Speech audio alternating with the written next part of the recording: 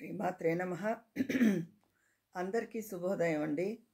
ఈరోజు ముక్కోటి ఏకాదశి. అందరూ చక్కగా పూజ అది చేసుకున్నారని అనుకుంటాను. నిన్నటి తిరుపతి ఘటన ఎంతో మనసు కలచివేసిందండి. నేను పుష్ప సినిమా అప్పుడే ఆవిడ రేవతన్న ఆవిడ మరణించినప్పుడు చెప్పాను, ప్రభుత్వమో మరొకరో బాధ్యులు గారు.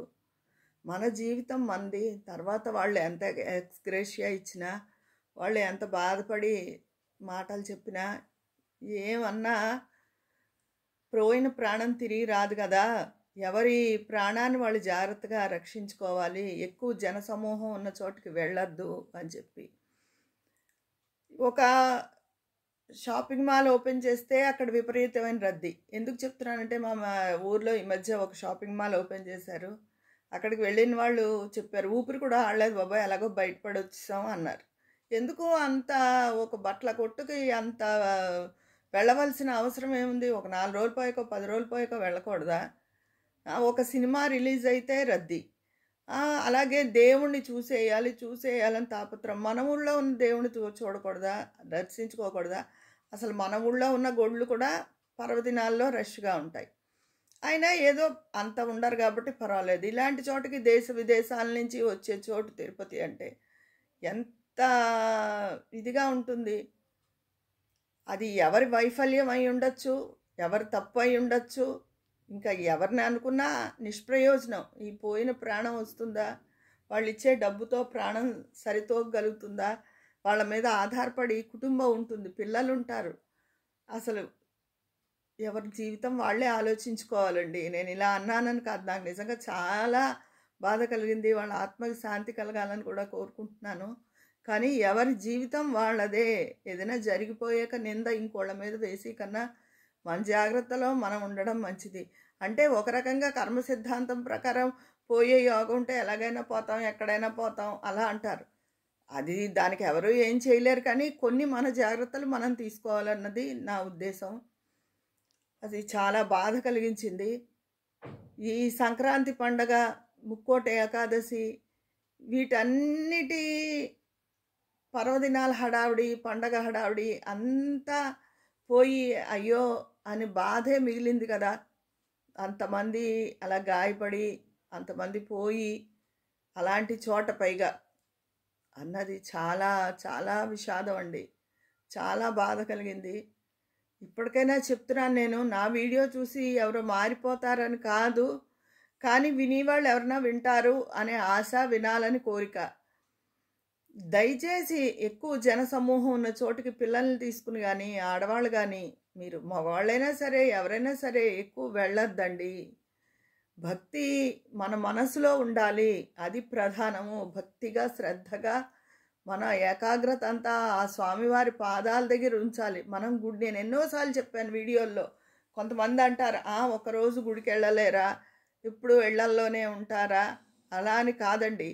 మనం చిత్తశుద్ధిగా చేసే పని, మనం అబద్ధాలు ఆడకుండా ఉండడం, మనం ధర్మంగా ప్రవర్తించడం, మనం తోటి వాళ్ళకి ఏమైనా చెయ్యాలి అంటే, ఎవరైనా ఆపద సమయంలో ఉన్నప్పుడు అప్పుడు అలాంటి వాళ్ళకి జాలి దయ చూపించి వాళ్ళకి కావలసిన సహాయం చెయ్యడం, ఇవి అన్నీ చాలా ముఖ్యమైనవండి. ఇవి ఉన్న చోట భగవంతుడు ఉంటాడు. ప్రత్యేకించి భగవత్ పూజలు చేయక్కర్లేదు. ముందు ఈ లక్షణాలను అలవర్చుకుంటే చాలు. ఏ గుళ్ళకి గోపురాలకి వెళ్ళినా వెళ్ళకపోయినా ఆయన ఏమీ అనుకోడు. అసలు ఏమీ ఎవరి మీద కోపతాపాలు లేనివాడు, ఏమీ అనుకోనివాడు. ఇలా చేస్తే దేవుడికి ఎక్కువ ఇష్టం, ఈ స్తోత్రం చదివితే దేవుడికి ఇష్టం అలా అంటారు. అవన్నీ మనుషులు సృష్టించుకున్నవి. అంతేగాని భగవంతుడు ఒక ప్రశంసలకి పొంగిపోయి ఆయన ఏమన్నా అంటే కోపం తెచ్చేసుకుని అలా ఉండేవాడు భగవంతుడు అవుతాడండి? అన్ని ప్రేమ, అమృత తుల్యుడు, ప్రేమాస్పదుడు, అన్నిటికీ అతీతుడు, మన తల్లిదండ్రులను మించి ఈ ప్రపంచంలో ఇంకా ఏ శక్తి ఉండదు. అంత ప్రేమమయుడు భగవంతుడు. అలాంటి మనం ఏదైనా బాధ అనుభవిస్తున్నామంటే అది మన కర్మ.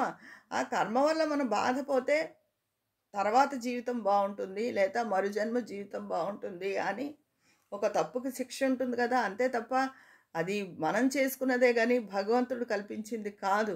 భగవంతుడు ఎప్పుడూ నాకు ఈ పూజ చేయలేదని గానీ, ఆ పూజ చేయలేదని గానీ ఆయన అనుకోడు. ఆయనకి కావాల్సింది మనుషుల్లో ఉన్న సత్ప్రవర్తనే. జాలి, దయ గుణాలు, సత్యం పలకడం, ఒక క్రమశిక్షణైన జీవితం, ఎవరి పని యందు వాళ్ళు శ్రద్ధ కలిగి ఉండడం. ఇవే ఆయన కోరుకునేది. అందుకని వెళ్ళండి గుళ్ళకి కాదని అన్నాం. కానీ జనసమూహం ఉన్న చోటకి గుడికని కాదు, ఎక్కడ జనసమూహం ఉన్నా అక్కడికి దయచేసి వెళ్ళొద్దు అని అందరినీ కోరుకుంటున్నాను. చాలా మనసుకు చాలా కష్టంగా ఉందండి. చాలా బాధేసింది. వాళ్ళంతా ఎంత బాధపడి ఉంటారో కదా అని చెప్పి. ఏదో భగవంతుడిని చూద్దాం. అలా వెళ్తే ఉత్తర ద్వార దర్శనం చేసుకుంటే పుణ్యం అని అదొకటి. కొన్ని మన మనసుల్లో పూర్వకాలం నుంచి పాతుకుపోయినవి కొన్ని ఉంటాయి కదా, ఆ ఆశతో వెళ్ళారు. భగవద్ దర్శనానికి వెళ్తే ఇలా జరిగింది, దేవుడు ఏం చేశాడు అన్న నింద మాత్రం భగవంతుడి మీదకి వెళ్ళిపోతుంది. కానీ మన ఆలోచన మనం చేసుకోవాలండి. అందుకే జ్ఞానం ఉండాలి. అందుకే ఎప్పుడు సరస్వతీదేవిని నిత్యం ప్రార్థించాలి. ఈరోజు ఆ రోజుతో పని లేకుండా ఎప్పుడు అమ్మ జ్ఞానాన్ని అంటే జ్ఞానం అంటే ఏ టైంకి ఏ పని చేస్తే మంచిది అన్న జ్ఞానాన్ని ఆ తల్లి ప్రసాదిస్తుంది. అందుకని సరస్వతి కటాక్షం ఎప్పుడు ఉండాలి. అంటే ఒక విద్య అనే కాదు, ఏ మనం చేసే పని సకాలంలో సత్ఫలితాన్ని ఇవ్వాలని ఆ తల్లిని ఎప్పుడూ ప్రార్థించాలి, సరస్వతీదేవిని. ఇదండి ఈరోజు నేను అందరికీ చెప్పదలుచుకున్న విషయం. ఇంతకు మించి ఎక్కువ ఎందుకో ఇవాళ మాటలు రావడం లేదు. ఒకలా అయిపోయింది మనసు నిన్నటి ఘటనతో. మీరందరూ మీ అభిప్రాయాలు తెలియజేయండి. మరి ఉంటాను. మీ విజయాపన్నాల.